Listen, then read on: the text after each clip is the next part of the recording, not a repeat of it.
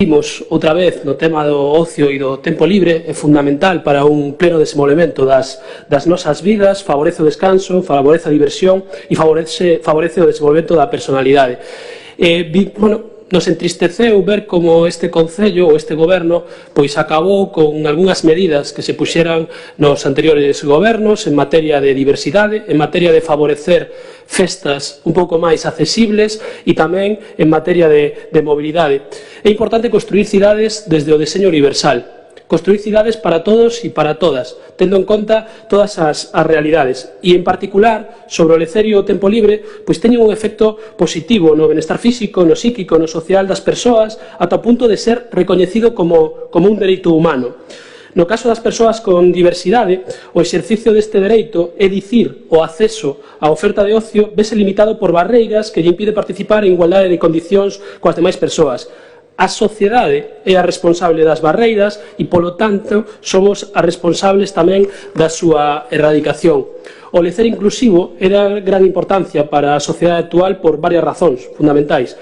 Promoción da igualdade, desenvolve persoal e socialmente, mellora a calidade de vida, é unha canle de aprendizaxe e sensibilización e dá cumprimento aos dereitos humanos e tamén fortalece as comunidades. O lecer inclusivo pode fortalecer a fomentar a participación activa de todos e de todas. Isto pode levar a un maior sentido de pertenza e cohesión social.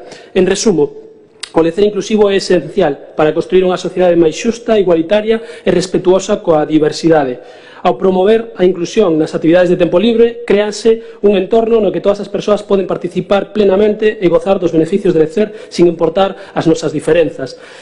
Agradezo, ademais, a todas as persoas, algunhas con diversidade, que favoreceron que este rogo, que esta moción se presentase hoxe, que fixeron cos seus aportes que podamos traer hoxe ao pleno municipal e, ademais, tamén poñer en valor que é importante cando se deseña actividades de lecer, cando se deseñan as nosas festas, cando se deseñan as nosas actividades de ocio, ter en conta as necesidades específicas das persoas e dotar de persoal de apoio especializado para acompañar a estos colectivos. Ademais, tamén sería importante non retroceder na mirada de unha Pontareas máis habitable e máis xusta en cuanto á mobilidade, facilitar a través de pictogramas, mellorando a sinalización das nosas rúas, con unha sinalización tamén acústica, sinalización en braille, etc., para que todos os colectivos se vexan incluídos. O progreso social, os estados de benestar e os estados de xustiza social se construen con esta mirada de non deixar a ninguén atrás.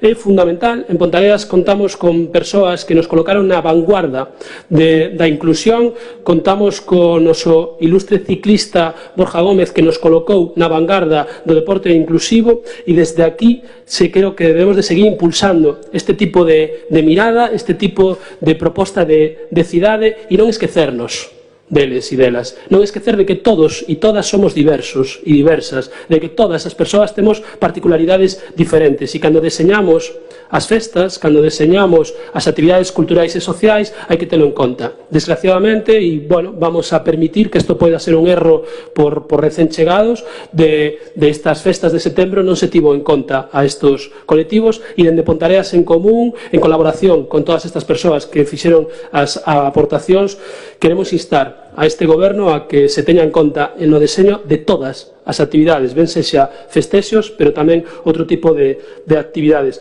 Construir vilas mellores vai sobre isto, vai sobre construir vilas que se sustenten en todas as persoas e en todos os dereitos. Moitas grazas.